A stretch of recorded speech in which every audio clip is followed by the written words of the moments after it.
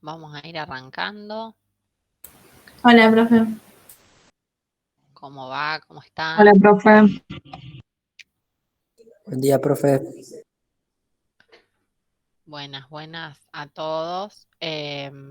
Bueno, ¿pudieron terminar la unidad 1? ¿Pudieron terminar la guía? Digamos, los temas ya estaban terminados. ¿Tuvieron Sí, profe. algún problema? Yo la ¿Tienen guía la alguna duda? quería hacer bien porque como que cuando lo leía no me quedaba bien, así que decidí empezarla de vuelta, así que después comento cómo me va. Bueno, ¿alguien tiene alguna duda, de alguna pregunta? ¿Algo que quiera compartir? Yo tuve un par de dudas, profe, de la Dale. guía y tuve una duda en el otro de las actividades. Bueno, Acá. vamos a tratar de resolverlo. Ponele en la pregunta que dice, ¿por qué Burkun y Spagnolo afirman que el conocimiento económico es provisorio? O sea, Sí, no sé. O ¿qué sea, pusiste? leí el capítulo, pero es el uno el que vos pasaste, y esto supuestamente estaba en el 2. Ah, ¿el 2 no lo pasé? No, Bueno, y no lo encuentro igual, por internet. igual en el apunte de cátedra dice algo, porque en el apunte de cátedra se toma el tema de justamente de español. Dice que el conocimiento es provisorio porque ningún conocimiento es la verdad absoluta. Y bueno, no lo pone en el apunte de cátedra, no pone el ejemplo, pero qué sé yo, cuando la Tierra se creía que, mm, que la Tierra, no sé, eh, Sí, pero el que la centro Tierra del era, sistema que la solar. Tierra era el centro del sistema solar, cuando Galileo dice que no, todos pensaban que Galileo estaba loco. De hecho, fue condenado a muerte. Después le dieron la razón a Galileo. Entonces, todo conocimiento es provisorio, siempre, hasta que después alguien demuestra lo contrario. Burkuni Español lo dice eso, que los hechos, que es lo que está en el apunte, que está un poco más arriba, no me acuerdo en qué página, cuando dice que el hombre, los fenómenos sociales son históricos, que son transitorios y perecederos, eso que se saca de Burkuni Españolo, porque después habla de las peculiaridades de la investigación económica respecto a las ciencias naturales, habla de eso, habla de eso. Entonces, ustedes tienen que sacar de ahí. Me parece, a ver, estoy mirando, en la página 6, tienen que hacer una mezcla de las constantes universales en las ciencias sociales que no existen. Cuando habla de los fenómenos sociales que son históricos, en el sentido de que son transitorios y perecederos, con eso llegamos a que como son transitorios y perecederos y la realidad va cambiando, eh, ninguna ley, que después eso está cuando habla del método de estudio, cuál es el método, que es el hipotético deductivo, ahí habla de que no, la certeza no es absoluta, ninguna certeza es absoluta. ¿Mm? Entonces, lo pueden sacar de ahí. Y si no, después paso el capítulo de Españolo, pero Españolo dice más o menos lo que está ahí. Yo creo que no lo pasé el capítulo 2. Bueno, después lo paso por WhatsApp.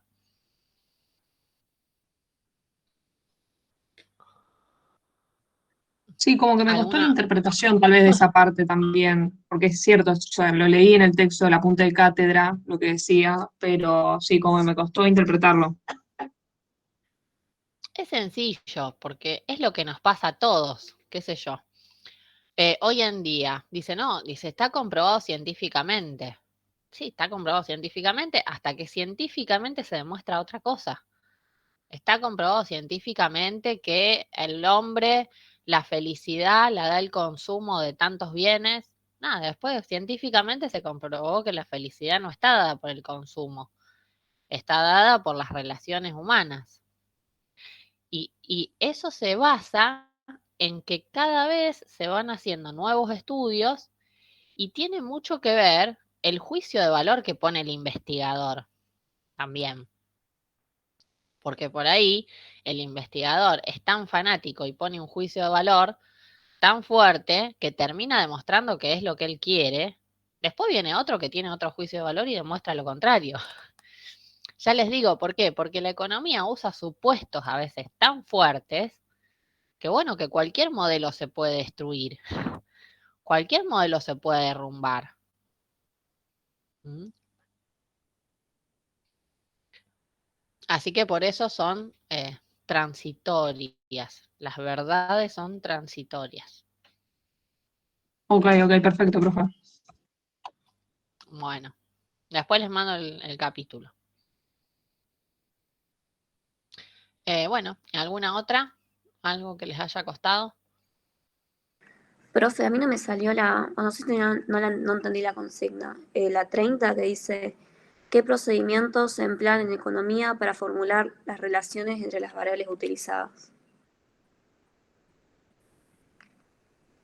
Entre los datos de la realidad y las variables utilizadas. Y bueno, la relación que existe es que vos vas a tener datos de la realidad y las variables te sirven para simplificar la realidad, porque justamente va a haber variables que las voy a dar por fijadas. Por ejemplo, en frontera de posibilidad de producción, nosotros decimos, hay dos bienes, A y B. Y después tengo variables, por ejemplo, los factores y la tecnología. ¿Puede ser Bueno, que los las factores variables y la tecnología, sean variables corrientes y constantes o algo así? ¿O no sí, es eso eso? Sí, eso es una clasificación, pero la vamos a ver después en la unidad 3. Ah, Todavía no la vamos a ver. Eso lo vamos a dejar para la unidad 3. ¿Sí? Pero, digamos, la relación que existe es esa, que las variables me ayudan a mí, primero, bueno, a cumplir con el objetivo del modelo. Y después, otra cosa es que me sirven para simplificar. ¿Sí? Para simplificar el modelo. Esa es la relación que existe. No sé si alguien puso otra cosa o si estaban desorientados. Eso lo tienen en el anexo, el tema de las variables.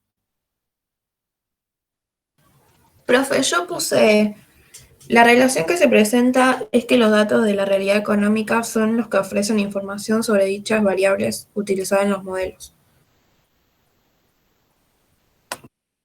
Claro, sí, por eso, ayudan a simplificar la realidad. ¿Sí? Después tengo clasificaciones. Las variables pueden clasificarse, como habíamos visto nosotros. Pueden ser endógenas o exógenas, pueden ser de flujo o de stock, pueden ser nominales o reales. Pero todas me sirven para simplificar y representar un determinado modelo. ¿Mm? Gracias, profe. Profe, Sigue entrando gente. una Sí. duda. Ahí en la Sí. pregunta 34 dice, ¿qué es el número índice? Pero el apunte habla de índice de precio. No sé si es lo mismo. No, eso no lo vamos a ver ahora. Ah, bueno. Sí, habla de eso. Se refiere al índice de precio, pero eso lo vamos a ver después. Lo vamos a ver en la unidad 4. Igual Así lo que de cociente y todo eso tampoco es, o sea, ahora, no, viste eso de, no. Ahora no es ok. importante. ¿Eh? Después sí lo vamos a profundizar en la unidad 3 y 4, ahí sí. Ahora a mí lo que me interesa hasta acá, porque no va a entrar en el examen. Lo que me interesa hasta acá son la clasificación de las variables que vimos. Eso sí. Después lo del índice de precio, todo eso lo vamos a ver en la unidad 4.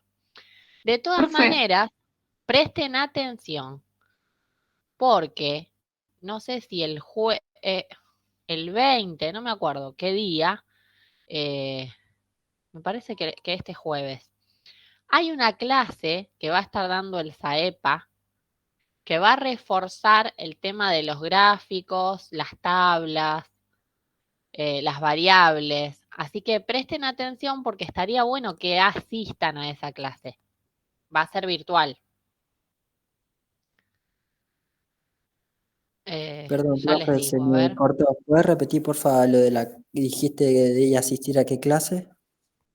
Sí, que el jueves 20, bueno, a las 11:30, antes de la clase nuestra, va a haber un acompañamiento grupal para todos los estudiantes de Introducción a la Economía, donde se trabaja la construcción de gráficos, las relaciones funcionales y ejercicios de frontera de posibilidad de producción. Así que creo que está en el foro de comunidades. Fíjense porque ahí va a estar publicado el link al que pueden conectarse el jueves 20 a las 11:30. Sería muy interesante que ustedes asistan, más allá que ustedes ya Profe, entendieron frontera, les quedó claro, pero les va a mejorar. profe, yo vi Bárbaro. que era el jueves 22 a las 5, ¿puede ser? Claro, jueves 22 no existe, así que es el jueves 20, Ah, listo. porque hoy es 18 y es martes, así que tiene que ser jueves 20. Si dice jueves 22 se equivocaron.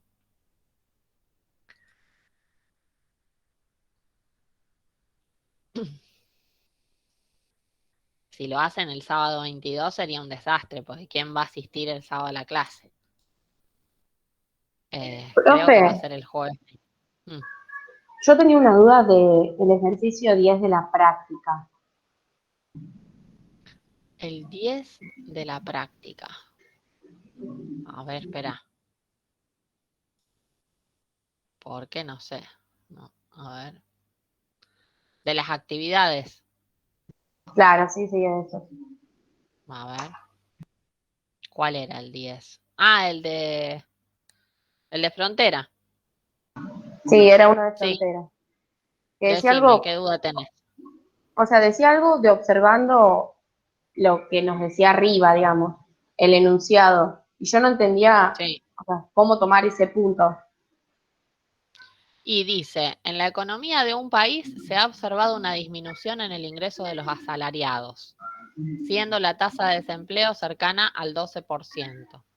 Las inversiones han disminuido debido a la baja rentabilidad y a la existencia de capacidad ociosa.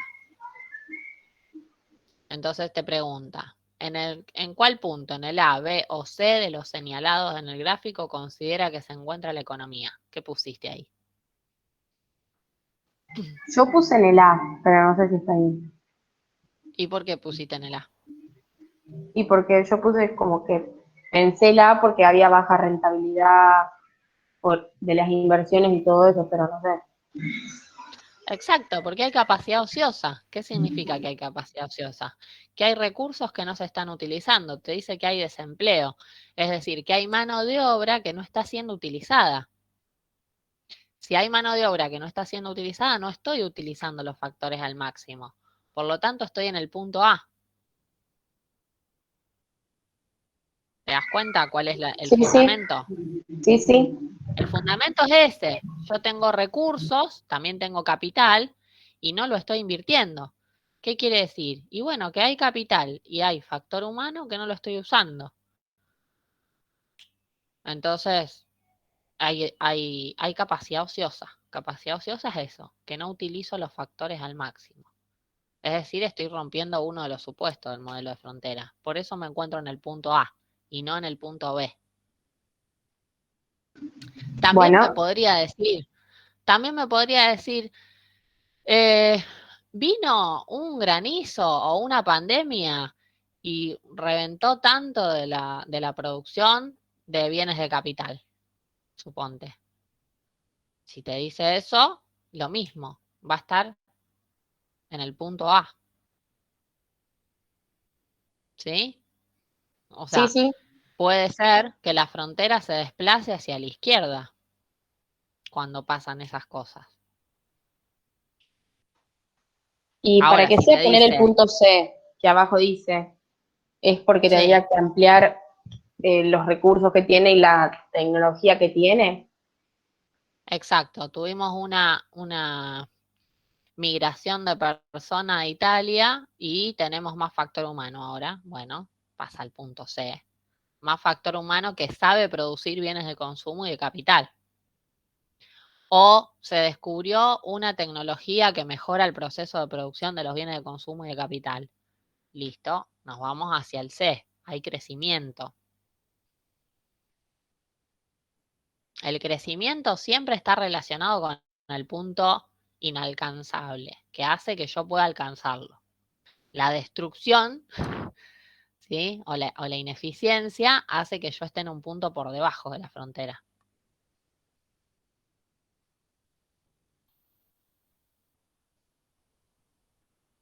¿Estamos?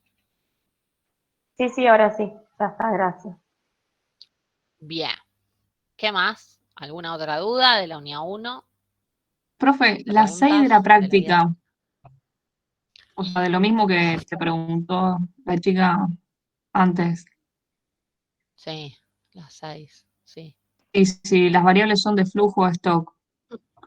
Mm, sí. Y no sé, ¿Cuál la te verdad, costó? todo, porque no sé cómo Todas. identificarlo, porque no, con la definición no coincide mucho lo que, o sea, Sí, como no coincide. ¿Qué habíamos dicho? ¿Qué diferencia había entre una variable de flujo y una de stock? ¿Qué dijimos? Que el stock es como la qué? de, Como si yo... la de stock es como una foto que le sacás. Es como ver Exacto, es como cuánta el cantidad hay estado de de algo. situación patrimonial. ¿Qué van a seguir ustedes? ¿Contador, administración o economía?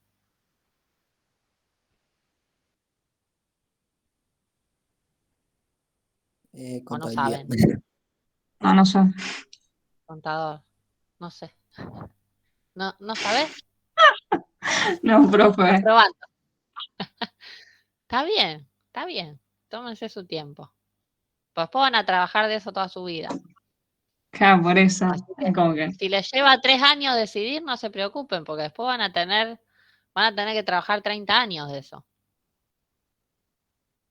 Una claro, por decisión eso. difícil. Por eso. Y bastante. Bueno, entonces, una variable de stock sería como el estado de situación patrimonial. Yo digo, bueno, en caja tengo tanto, mercadería tengo tanto, bienes de uso tanto. Eso es una variable de stock, ¿sí?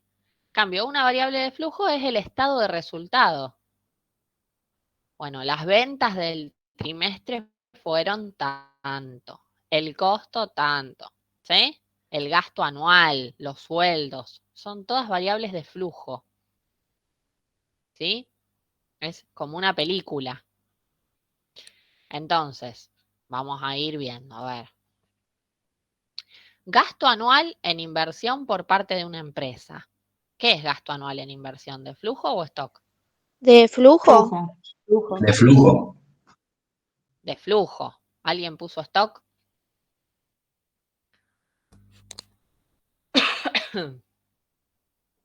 Nadie. Bueno, esa es de flujo, claramente. ¿Por qué? ¿Por qué? Porque se fue acumulando. Yo voy viendo, bueno, el gasto anual en inversión por parte de una empresa es tanto. Lo acumulé, eso va al estado de resultado. El patrimonio en riqueza de los hogares. Es decir, ¿qué significa el patrimonio en riqueza de los hogares? Está bastante mal redactada esa oración. Pero vamos a suponer que es los bienes que tienen los hogares, ¿no? Entonces, bueno, ¿eso qué es? ¿Una variable de flujo o de stock? ¿De stock? ¿De flujo? De stock. De stock. Stock. De Para mí stock, de no es stock. de flujo. Es de stock, porque yo voy y miro, bueno, en los hogares hay esto, ¿sí? Es como si yo tengo el impuesto a los bienes personales. Bueno, eso es el patrimonio en riqueza de los hogares. A eso se refiere, al impuesto a bienes personales. ¿Saben lo que es usted el impuesto a los bienes personales?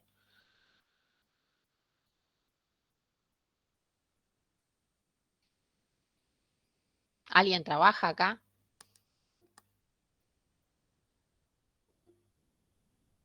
No, son muy chiquitos ustedes para trabajar. Bueno.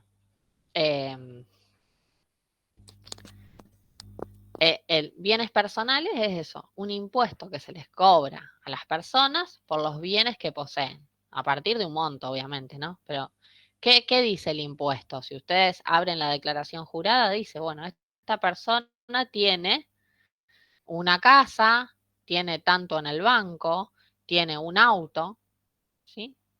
Eso es el patrimonio en riqueza de los hogares. Entonces, saco una foto a tal fecha, al 31 de diciembre, esta persona, fulanito de tal, quit tanto, tiene esto. Entonces, una variable de stock. ¿Sí? ¿Se entiende?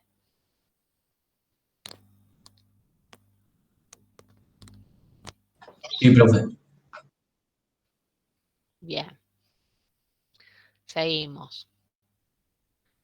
La fuerza de trabajo. Hoy hay tantos trabajadores. ¿De A eso stock? se refiere. Esto, Stock. De stock. ¿Cuántos trabajadores hay hoy? La fuerza de trabajo. Está bastante mal redactado el ejercicio. Porque no aclara. profe, yo tenía duda en la penúltima, esa de los pagos netos del país. Bueno, ahora vamos. Ahora vamos hacia allá. Bueno, esta es de stock entonces. Sigamos. El consumo mensual de los hogares. De flujo. Flujo. De flujo. Muy bien.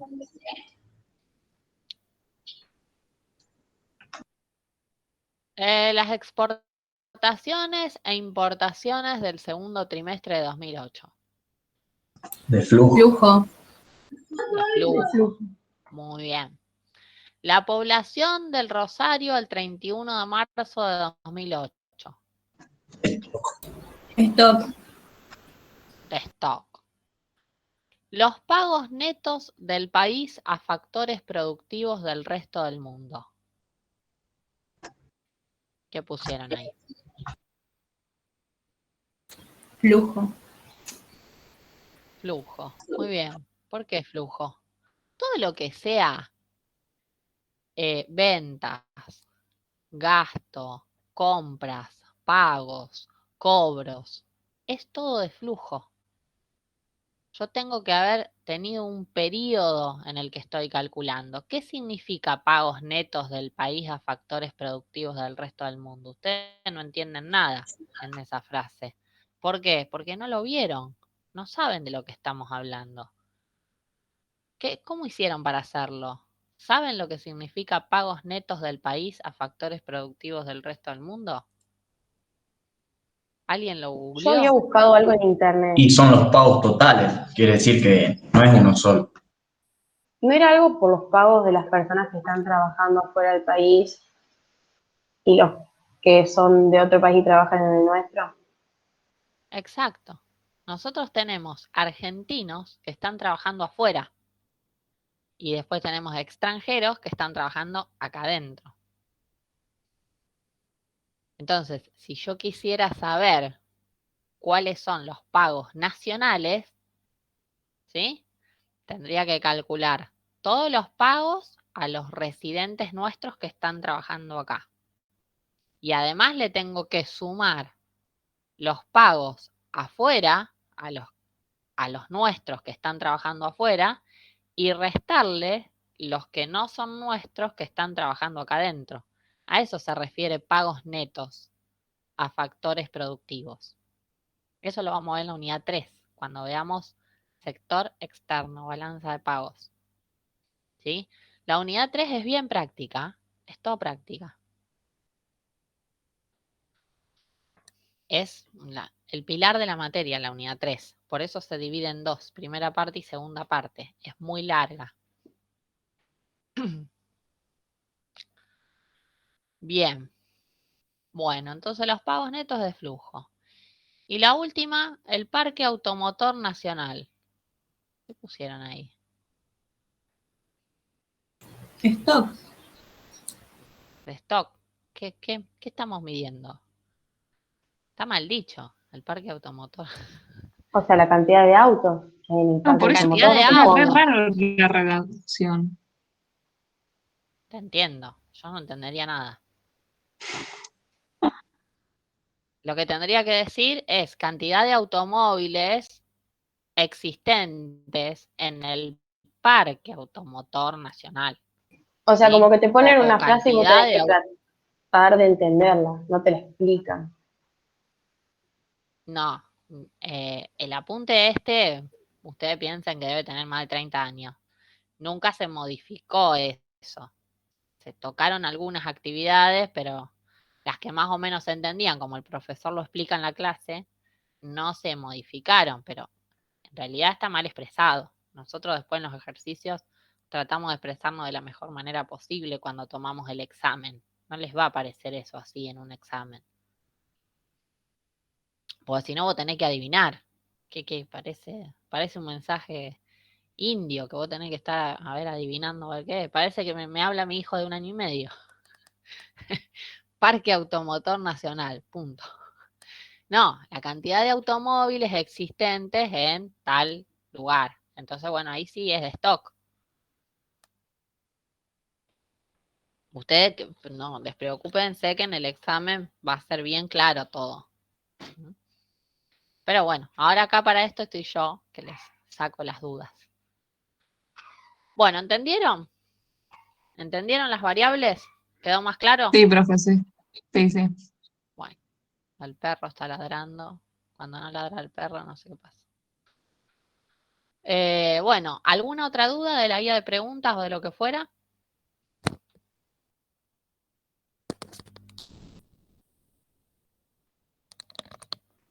Yo, profe, tengo una. Dale. En la última, que es la 34, dice, ¿en qué casos las variables son expresadas en valores corrientes y cuándo en valores constantes? ¿Puede ser que las variables corrientes sean los valores nominales? Los valores corrientes. ¿No? Sí, en realidad no lo vemos ahora porque nos faltan conocimientos. Pero los valores corrientes es cuando yo tomo un valor respecto a ese mismo valor. Es decir, yo, por ejemplo, te digo, la leche vale tanto. ¿Sí? Eso es un valor corriente. La leche hoy vale 90 pesos. Eso es un valor corriente. Ahora, un valor constante es el precio de la leche, pero respecto a otro precio. ¿Sí? Por ejemplo, ¿cuánto vale la leche en relación a la canasta básica? ¿Sí? Entonces yo comparo valores. Por eso se dice a valores constantes, porque no es un precio en sí, sino es un precio comparado con otros. Y es como que tiene en cuenta la inflación el segundo valor, el valor constante, porque estoy comparando el precio de la leche con otros precios. ¿Sí? Ah, Y yo te entonces los digo, constantes también, también como se dicen reales, ¿no? Porque en la punta está eso. claro, el constante es un valor que se acerca más a lo real, porque toma en cuenta la inflación. ¿Sí? Pero no tiene nada que ver con las variables reales y nominales. Aclaro. Pero entonces es otra cosa diferente a precio corriente y precio constante. Exacto. Es otra cosa. Ah, ok. Es lo que estoy diciendo yo. Vos, una variable la podés llevar a precio corriente o a precio constante. Por ejemplo, el PBI. ¿Sí? ¿Precio corriente o a precio constante? Eso lo vamos a ver en la unidad 3. Precio corriente no tomo en cuenta la inflación. Hablo de un precio en valor absoluto. Ya te digo, el precio de la leche tanto. Ahora, precio constante, tomo un precio base. Nosotros tomamos el índice de precio al consumidor, tomamos la canasta básica. Entonces, en base a esa canasta básica, bueno, el precio de tal producto es tanto, pero comparado con eso base, eso es a precios constantes. Después lo vamos a ver, están muy nuevitos ustedes todavía. Recién empezamos a ver algunos números de la frontera. Cuando veamos la unidad 3, que es toda práctica, todos números, les va a salir más fácil.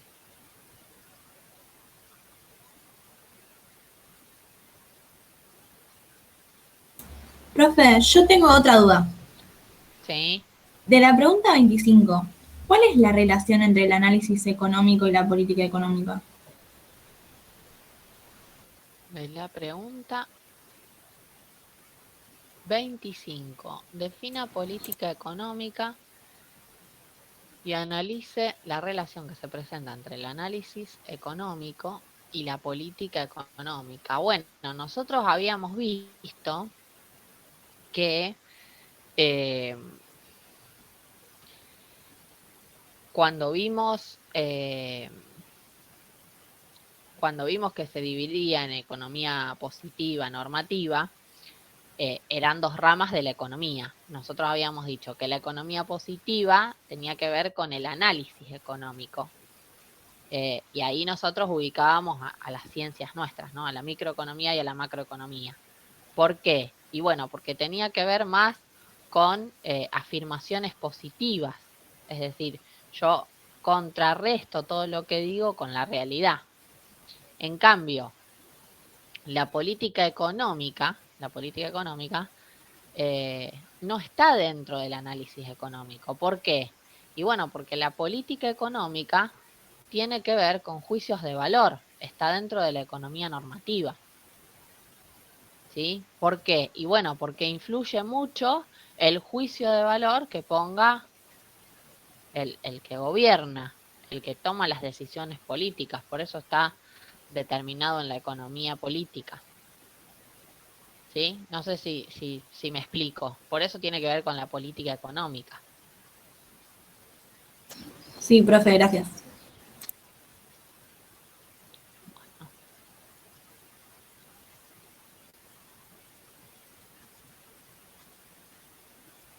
Profe, ¿Sí? con esa pregunta, ahora no la entendí muy bien. Y yo había puesto... Sí, porque yo había puesto la política económica es la toma de determinadas medidas con el objetivo de influir sobre el curso de la actividad económica. Tienen relación con el análisis económico, ya que la aplicación de políticas sirven para mejorar y transformar la situación de los países. Bueno, está bien, pero lo que vos tenés que saber es que hay una diferencia. Que el análisis económico se basa en la economía positiva. Yo necesito sí o sí contrarrestar lo que digo con la realidad, constatar lo que digo con la realidad. ¿Sí? ¿Para qué? Para definir leyes económicas. La política económica no. La política económica dice lo que está bien y lo que está mal según un juicio de valor. ¿Sí? Y eso corresponde a la economía normativa. Estamos, son dos cosas distintas. Si bien el que lleva adelante la política económica tiene que conocer el análisis económico, los modelos y las teorías, después él incorpora un juicio de valor en todo eso. Por eso después decimos que los conocimientos son transitorios. Ahí entendí, profe, gracias. Bueno. ¿Algo más? Profe, a mí no me salieron dos preguntas de la guía. La 18, que decía cuáles eran las dificultades para modelar los fenómenos económicos, y la 20, que hablaba de la ideología. Bueno, ¿alguien hizo la 18?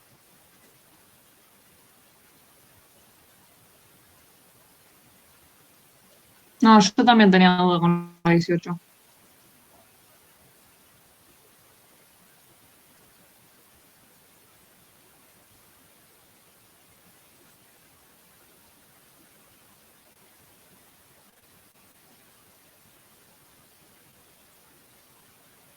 Yo sí la hice, profe, pero no sé si está bien. Dale, a ver, léela. Puse, los problemas dependen de la naturaleza de dichos problemas y de los propósitos del economista. Quiere decir que depende del pensamiento que tenga el economista y cómo quiere implementar en base a la situación social o histórica en la que transcurre. Bien. Y está bien. Yo agregaría, como dice, a ver, ¿qué dificultades encuentra la ciencia económica para modelar los fenómenos económicos? Bueno, digamos, ¿qué dificultades se encuentran al hacer un modelo, ¿no?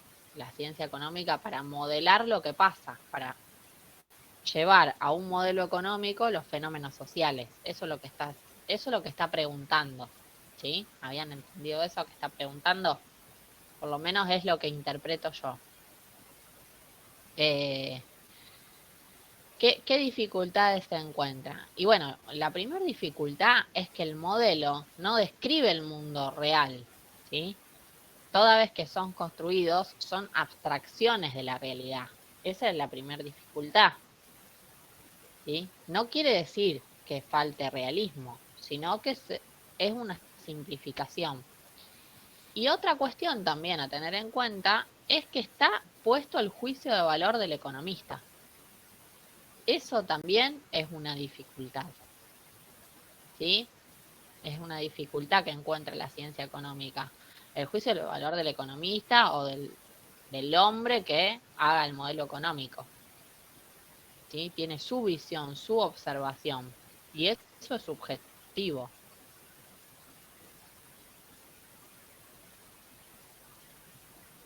¿Se entiende?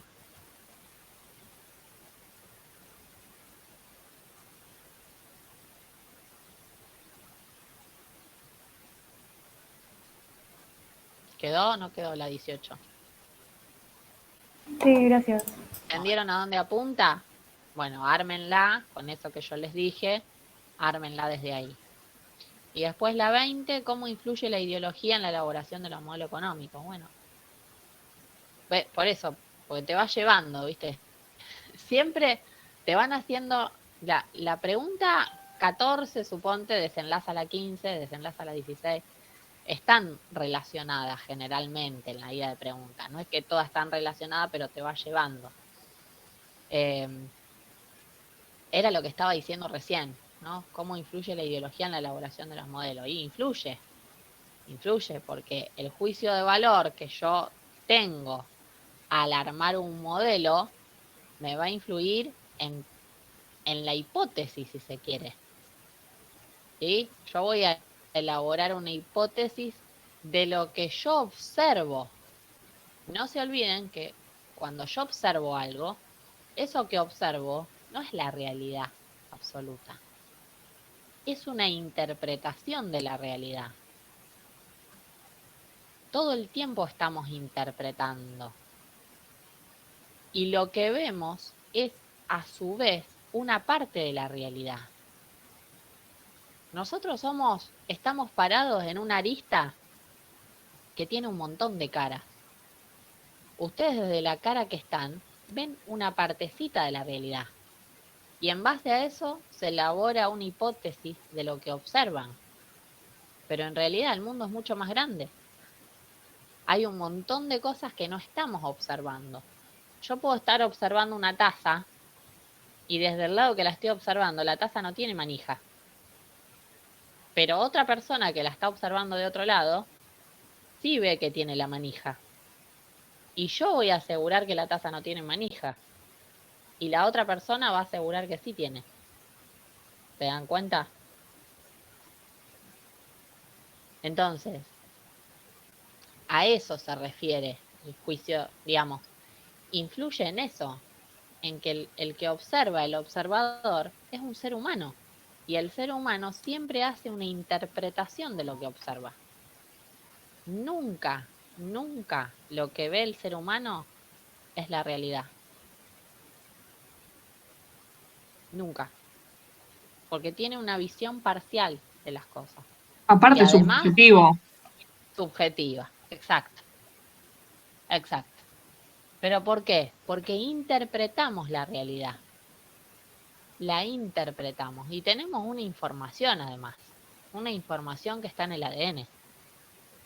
Vivimos interpretando. Si yo el día de mañana me peleo con fulanito porque, no sé, hace cualquier cosa, yo voy a interpretar esa situación. No quiere decir que yo tenga razón. Yo voy a interpretar, ¿y en base a qué lo voy a interpretar? En base a la información que tengo en el ADN.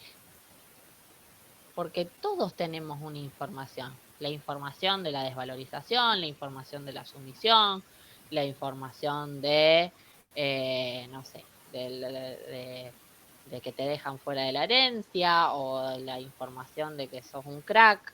Tenés una información, traes esa información. Y observás los hechos en base a esa información. Eso está demostrado.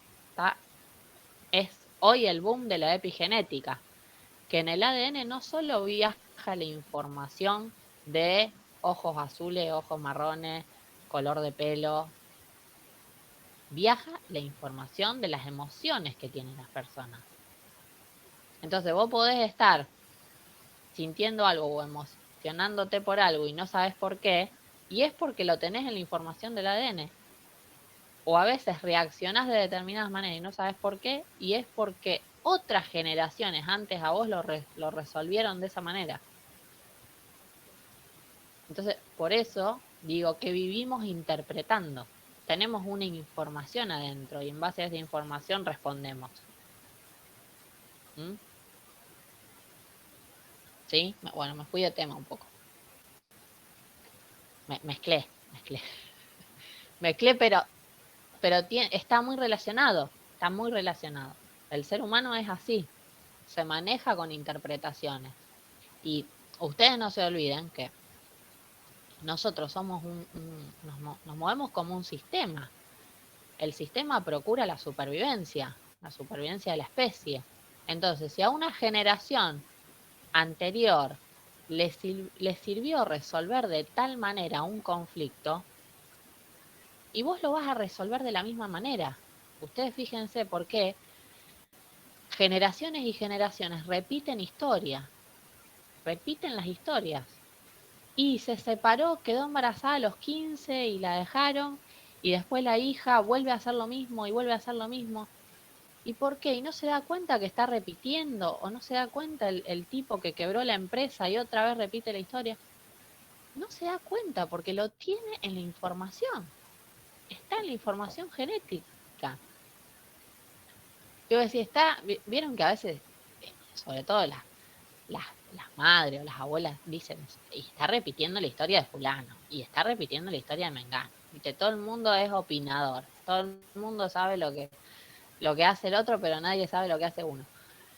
Es porque está en la información, está en el ADN, y si a esa generación le sirvió así y lo resolvió así, y vos lo tenés en el ADN y resolvés de la misma manera. Que se está planteando que se abra esa conciencia y vos puedas saber que tenés otras maneras de resolverlo. Por eso, digo, la película Matrix, que ya es re vieja, pero se adelantaba a estas cuestiones. La Matrix habla de eso. O te tomás la pastilla azul o te tomás la pastilla roja. O querés seguir dormido o querés seguir despierto. Se refiere a eso. A la información que hay en el ADN. Eso es tremendo. Hay todo un mundo de eso. Y tiene que ver con esto. Con la observación del economista, de cualquier persona. De lo que observamos. De lo que observamos en general. Ustedes siempre que tengan un problema, que discutan con alguien, acuérdense de esto. Ustedes están parados en otro lugar. Y la persona con la que están discutiendo está en otro lugar. Y están viendo las cosas totalmente de distinta manera porque están parados en lugares distintos. Y no quiere decir que lo que digo yo está bien y lo que dice el otro está mal. Están viendo las cosas de distinta manera. Esto es así. Esto es así. Si ustedes quieren tener una vida saludable y no ahogarse como la profe que se vive tosiendo, siempre tienen que pensar eso cuando discuten. Siempre tienen que pensar eso. Que la observación es totalmente una interpretación. ¿Mm? Bueno, me fui a otro mundo, el mundo de la epigenética. Bueno, ¿alguna otra duda? Nadie va a preguntar más nada.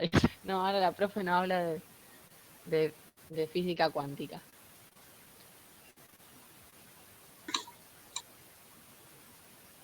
Si lo ponemos en el examen así va a estar bien. Si te corrijo yo te pongo un 10. Si corrige otro, no sé, capaz que dice ¿qué está diciendo? Profe, No, pero la idea es esa. La idea es esa. Sí, Abril. yo tenía dudas en la 27 que dice qué objetivos pueden perseguirse al construir un modelo económico. ¿Cuál? La 27. la 27. Sí, ¿qué pusiste? No, estaba en dudas que por... ¿Por qué?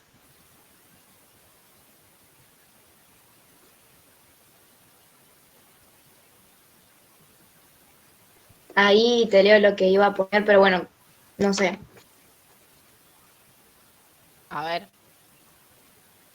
¿O alguien que le haya hecho? Yo sí la hice Puse, esa. profe, A ver. yo puse que los objetivos que pueden perseguir un modelo económico son explicar algo que esté pasando, predecir lo que va a pasar o cambiar algo de lo que va a pasar en el futuro. Bien. Sí, eso está... creo que los tres principales fines para los que se construye un modelo, que creo que está así en el apunte, es la explicación, la predicción y el control. Es decir, yo explico un determinado hecho, que ese hecho, a ver, la utilidad del modelo, ¿sí? Son, ya dijimos, son representaciones simplificadas, ¿sí? Entonces, yo explico algo que yo quiero demostrar, ¿sí? ¿Y para qué explico algo que yo quiero demostrar? Y bueno, para la próxima, poder predecir esto, poder predecir lo que va a pasar, pronosticar los efectos, ¿no? Y después controlar, ¿sí? Es uno de los objetivos más importantes, tener el control, tener el poder, ¿sí?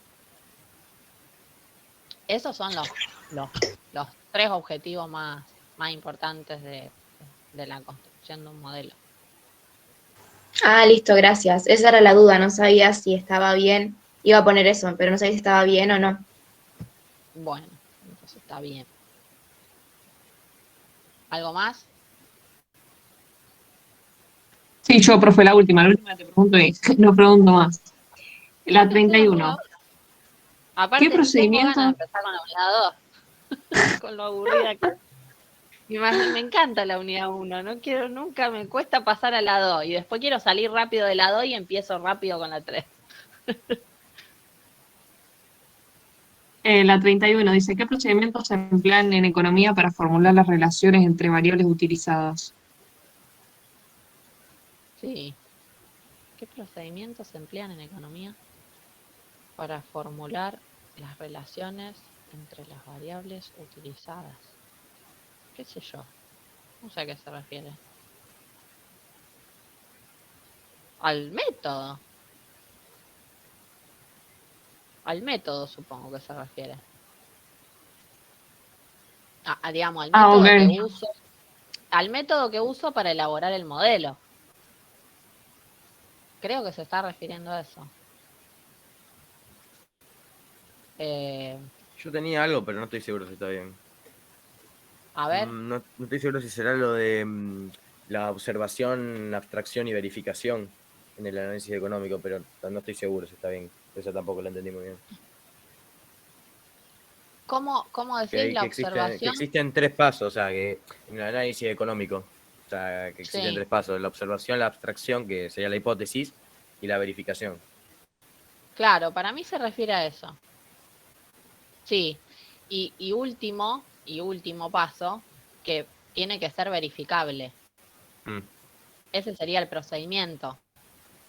Que se verifique que lo que estoy diciendo es así o no, o se descarte. Sí, sí, sí. ¿Quién era que tenía duda con esa?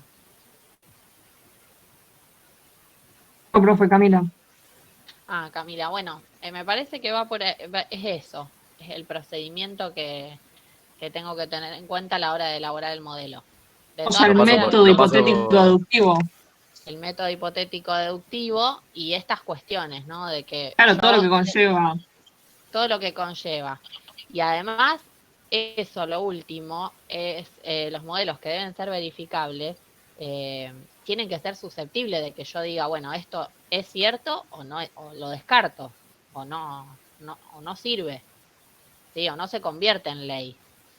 De todas maneras, le voy a preguntar a alguna colega, a alguna profesora colega, a ver si se refiere a eso o a otra cosa.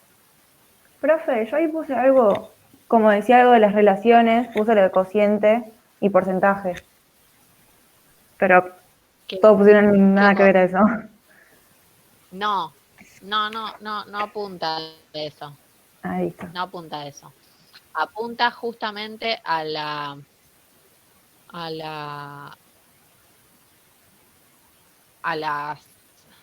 ¿cuál era la pregunta? Espérate. La 31. Los procedimientos que se emplean en economía para formular las relaciones entre las variables utilizadas. No, para mí se refiere al procedimiento que hay en la elaboración del modelo. Pero lo voy a preguntar, no sé. No la descartes, Carolina, esa que me decís de los porcentajes. Esperá que voy a averiguar, porque para mí se refiere al modelo.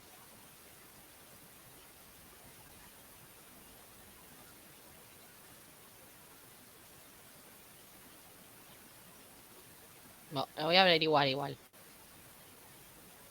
Voy a averiguar y la clase que viene les digo. Bueno. Entonces la 31 la paso después por WhatsApp. Hay una chica, está acá Tania Carmelo.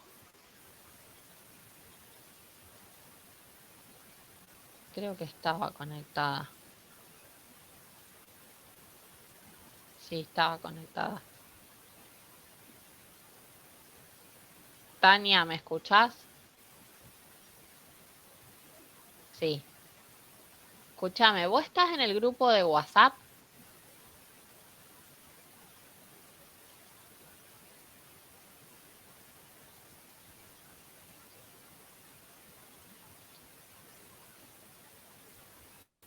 Si no estás en el grupo de WhatsApp, por favor unite, porque si no te tengo que estar pasando todos los links todos los martes y jueves y me vuelvo loca pasando los links por el SIU, por mail a tu casilla y por WhatsApp. Así que por favor, chicos, si pueden, pongan el link del grupo acá en el chat. Así los que no están se unen. ¿Puede ser? ¿Alguien que pase el link?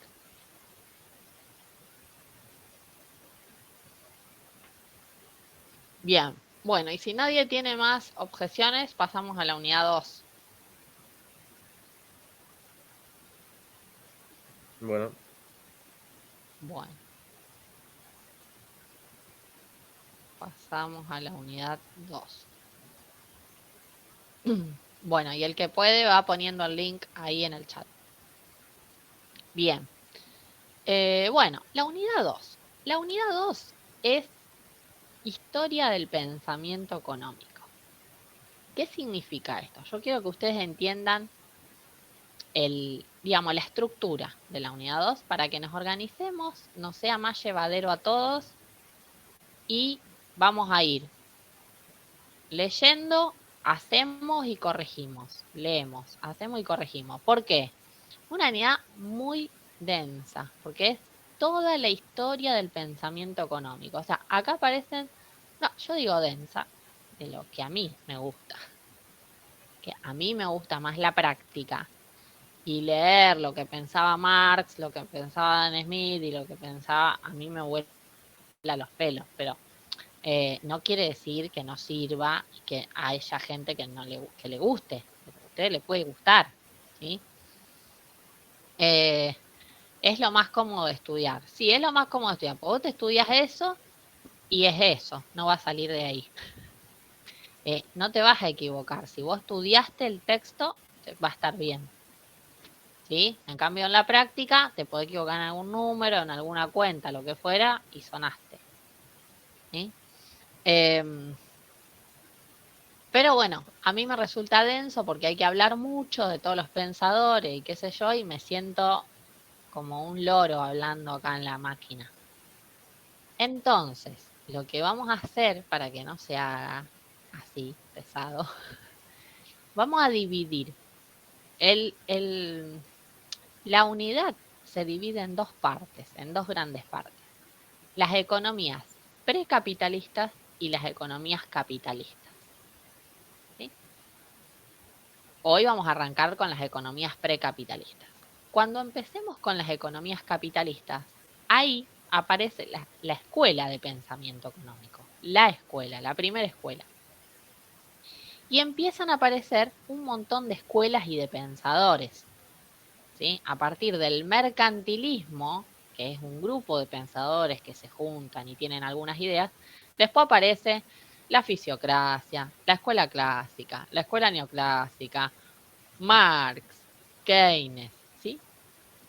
Entonces, todas esas escuelas, yo voy a ir dando algunos datos y ustedes van a ir armando un cuadro con esos datos, ¿sí? Y ese cuadro nos va a servir para estudiar, ¿sí? Sería como un cuadro resumen. No quiere decir que van a estudiar solo el cuadro. No estoy diciendo eso. Eso grábenlo bien. No me lo borren del audio. Quiere decir que el cuadro va a servir para que ustedes estudien. Pero no que solo estudien el cuadro. ¿Estamos? El cuadro es una orientación, ¿sí? Pero lo vamos a ir haciendo así. Yo voy a ir dando 2 pensadores por clase más o menos, y después sacamos las ideas fundamentales de esos pensadores y las volcamos al cuadro, ¿sí? Pero bueno, eso es en las economías capitalistas. Hoy vamos a arrancar con las economías precapitalistas, ¿sí? ¿Qué quiere decir? Bueno, antes del capitalismo. ¿Qué pasaba antes del capitalismo? Teníamos los mismos problemas económicos. Es decir, la gente se preguntaba igual, ¿qué producir? ¿Cómo producir? ¿Para quién producir? ¿Dónde arrancan las economías precapitalistas? Y bueno, en la antigüedad. La antigüedad, después viene la Edad Media y después viene una transición al capitalismo. Entonces, bueno, ¿qué pasaba en la antigüedad? Fíjense que tanto en la antigüedad como en la Edad Media hay cosas que tenemos que saber, ¿sí? ¿Qué cosas son las importantes que tenemos que saber? Y bueno, tenemos que saber qué actividad realizaban, qué actividad era la principal en la antigüedad.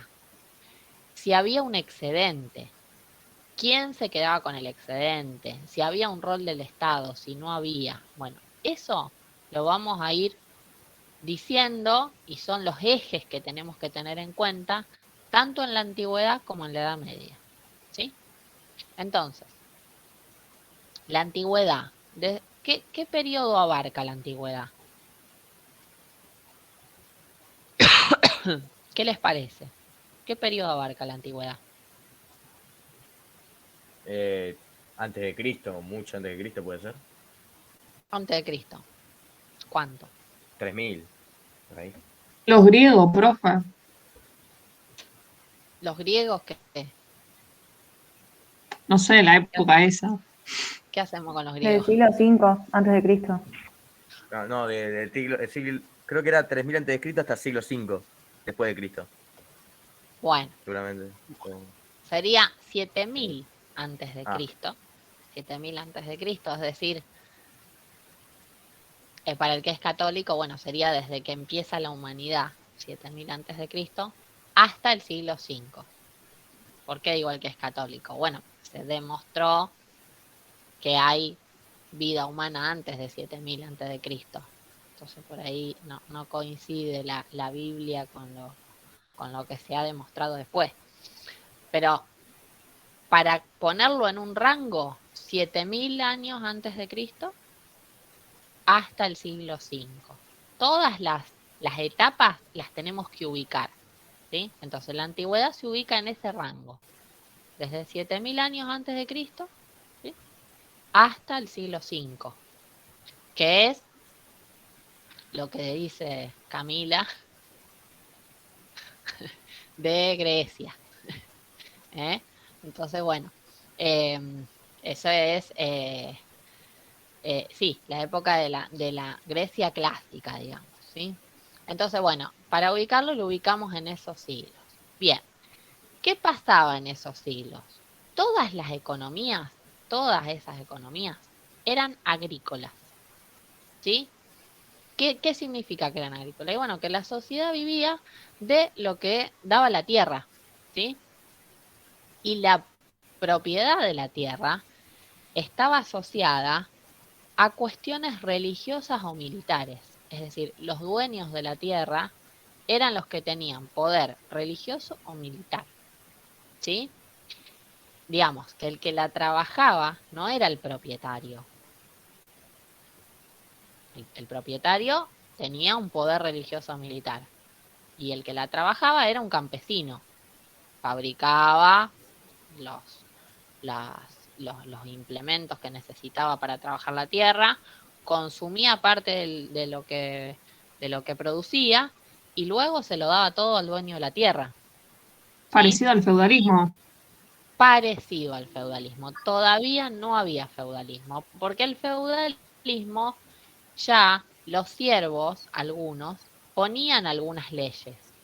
Y ya los siervos eran, digamos, había distintas reglas que después las vamos a ver. Tenían ¿no? más derechos. Tenían un poquito más de derechos. O sea, estos eran esclavos totales, los otros tenían un poquito más de derechos.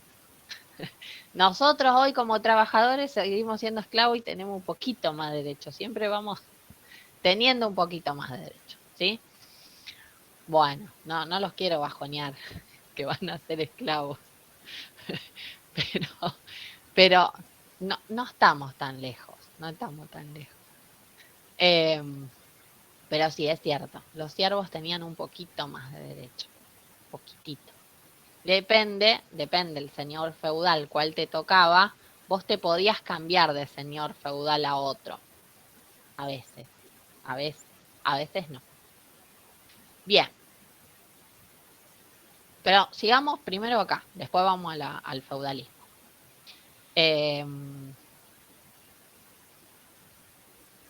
Bueno, me quedé con que consumía una parte y lo otro se lo entregaba al dueño de la tierra. Bueno, esta actividad que era agrícola, ¿cómo resolvían los problemas las economías precapitalistas en la antigüedad? Lo resolvían por la tradición.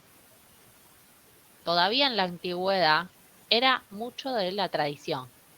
Había un pasaje hacia las economías de mando, pero la mayoría era de tradición, ¿sí? El abuelo le enseñaba al padre, el padre al hijo, pasaba así, era la forma de resolver, era la tradición. Y la poca actividad comercial que había se manifestaba en las ciudades, ¿sí? Que ahí lo que se veía mucho era el trabajo de los esclavos, ¿sí? Los productos eran la mayoría de lujo, era para las clases altas. Bien, bueno, entonces, cosas importantes hasta acá. El periodo que abarca, la actividad que era la generadora del excedente total era la actividad agrícola, la comercial muy poca, solo para artículos de lujo, ¿sí? Y la mayoría eran agrícolas. Esos agrícolas, los propietarios tenían poder religioso o militar y el que trabajaba la tierra era un campesino. y la forma de resolver los problemas era a través de la tradición mayoritariamente. ¿Sí? Bien. ¿Había un excedente en este periodo? Sí. ¿Qué significa que hay un excedente? ¿Alguien sabe qué es un excedente económico?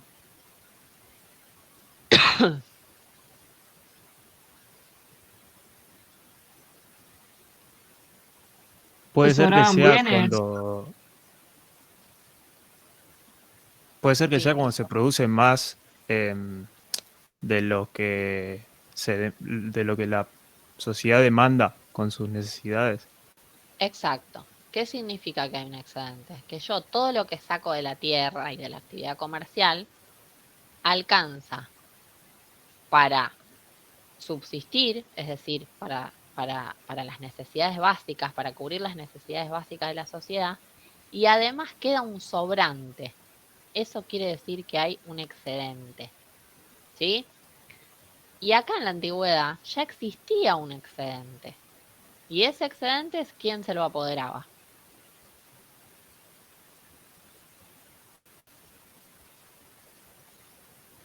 ¿Quién se quedaba con el excedente, con el sobrante Y el de la cosecha? propietario. Los Claro, el dueño de la emperadores, tierra. Los dueños de la tierra. los emperadores nobles, Exacto, el exacto, clero también.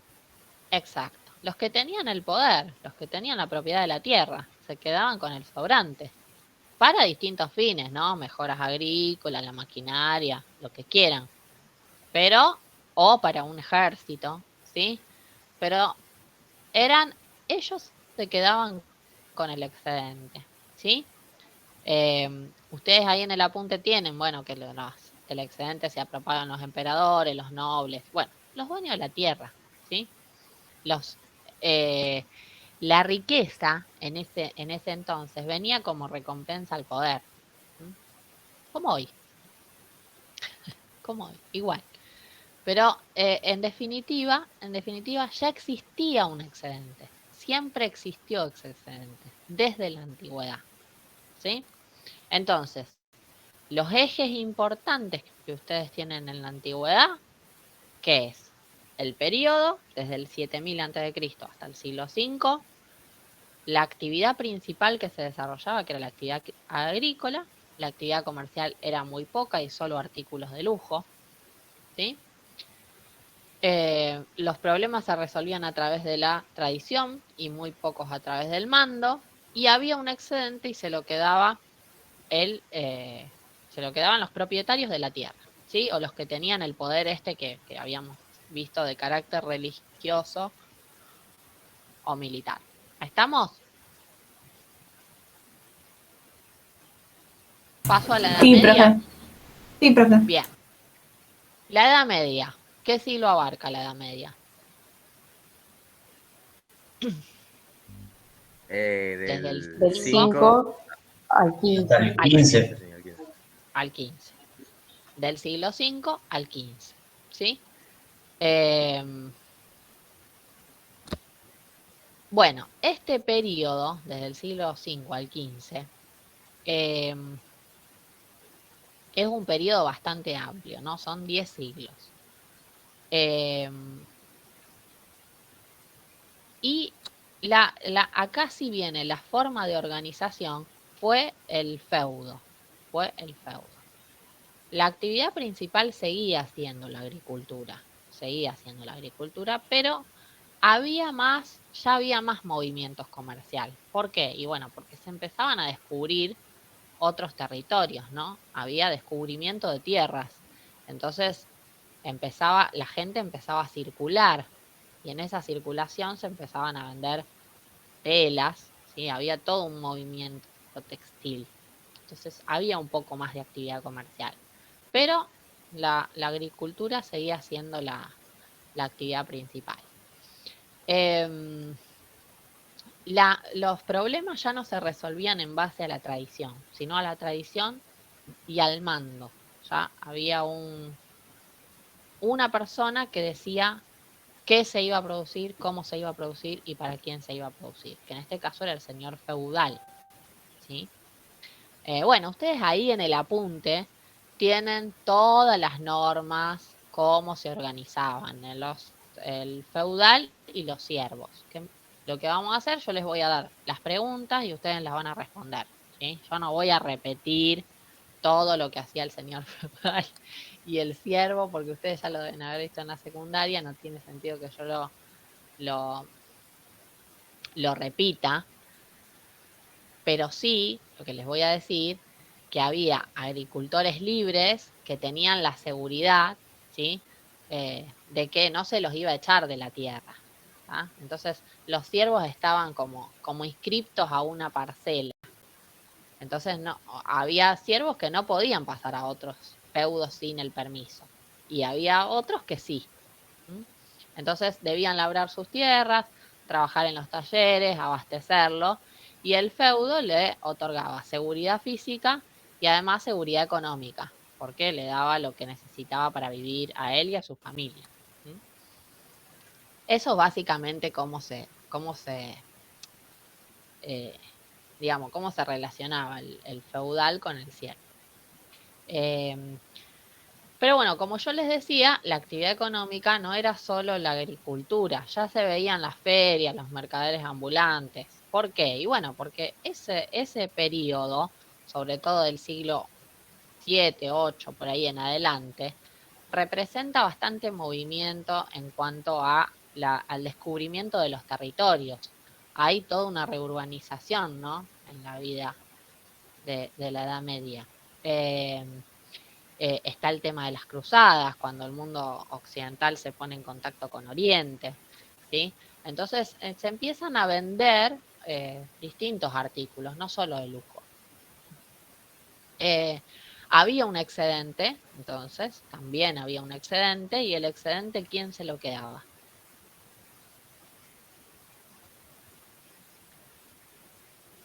También los dueños de la tierra. Los dueños de la tierra, que en este caso eran el señor feudal. El señor feudal eran los dueños de la tierra. ¿Y quién se quedaba también con el excedente? Los hombres ¿La libres. iglesia? ¿Cómo? Me hablaron dos al mismo tiempo. Los hombres libres. Los hombres libres también se quedaban con su... ¿La iglesia, profe? ¿Puede ser? La iglesia, muy bien. Bien, porque sí, porque en este momento había mucha, bueno, estaba la doctrina de los canonistas que se fue debilitando, pero la existencia de la iglesia era muy importante en este momento. De hecho, la religión fue acaparando poder a lo largo del siglo V al siglo XII, fue un boom la existencia de la iglesia. De hecho, la iglesia resolvía muchos problemas sociales. Bien, entonces, bueno, yo llego hasta acá con mi explicación. ¿Y ustedes qué van a hacer? Más allá de hacer respuestas sobre esto que vimos hoy, que ya les digo, ustedes tienen que tener en claro, tanto en la antigüedad como en la Edad Media, el periodo que abarca, la actividad principal, cómo se resuelven los problemas, ¿sí? Y si hay excedente, ¿quién se queda con el excedente? Es decir, ¿quiénes tenían el poder? Esos son los pilares importantes, tanto en la antigüedad como en la Edad Media. ¿Pero qué van a hacer? Sobre eso van a avanzar. ¿Por qué? Porque viene toda la explicación de la transición al capitalismo, es decir, la revolución industrial, todo eso lo van a responder ustedes. Yo no voy a explicar la revolución industrial acá, porque ustedes ya lo vieron en la secundaria, igual que el feudal y los siervos. Puedo decir alguna cosa, agregar, pero lo van a responder ustedes de la guía de preguntas. Y la clase que viene lo vamos a corregir para poder empezar con las escuelas de pensamiento, ¿sí? Entonces, ¿qué van a hacer para el jueves? Para el jueves van a hacer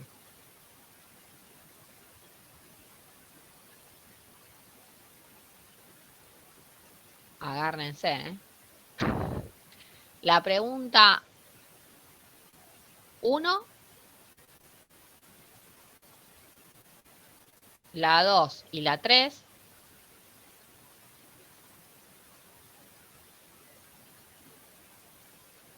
van a ser la pregunta 6.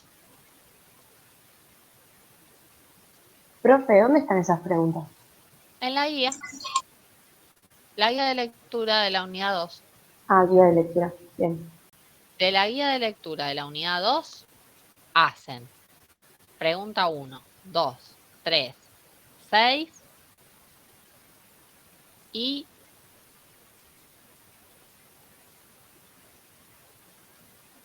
desde la 9 a la 11. 1, 2, 3, 6, 9, 10 y 11. ¿Sí?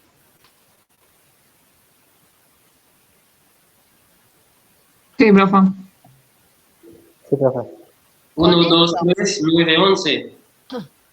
1, 2, 3, 6, 9, 10 y 11. Con eso Ah, vamos a bien, estar en bien. condiciones de la clase que viene iniciar las economías capitalistas con las escuelas de pensamiento. ¿Sí? Entonces corregimos eso y arrancamos.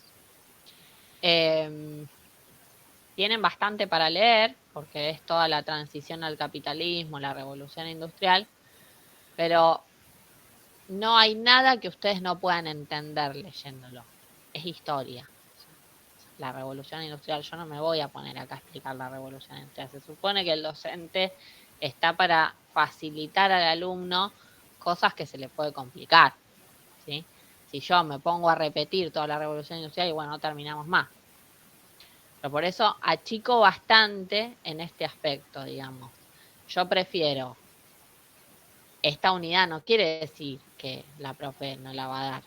La profe la va a dar, voy a dar todos los temas, voy a tratar de hacerlo lo más entretenido posible. Pero prefiero dedicarle más clases a la unidad 3, que son cosas que ustedes no vieron nunca y que les va a costar, a dedicarle tiempo a explicar la revolución industrial. Que ustedes leen y perfectamente entienden la revolución industrial. ¿Sí? El Estado, que vos me preguntás, vamos a ver la intervención en las escuelas. El Estado empieza a aparecer un poquito después, ¿sí? Entonces, a partir de la clase que viene ahí, le vamos a dar mucha importancia al Estado. Si se decía que el Estado tenía que intervenir o no. ¿Mm? Bien, ¿estamos hasta acá? ¿Nos vemos el jueves? Sí, profe. Dale. Dale, profe. Nos vemos. Chao, profe, nos vemos. No, profe.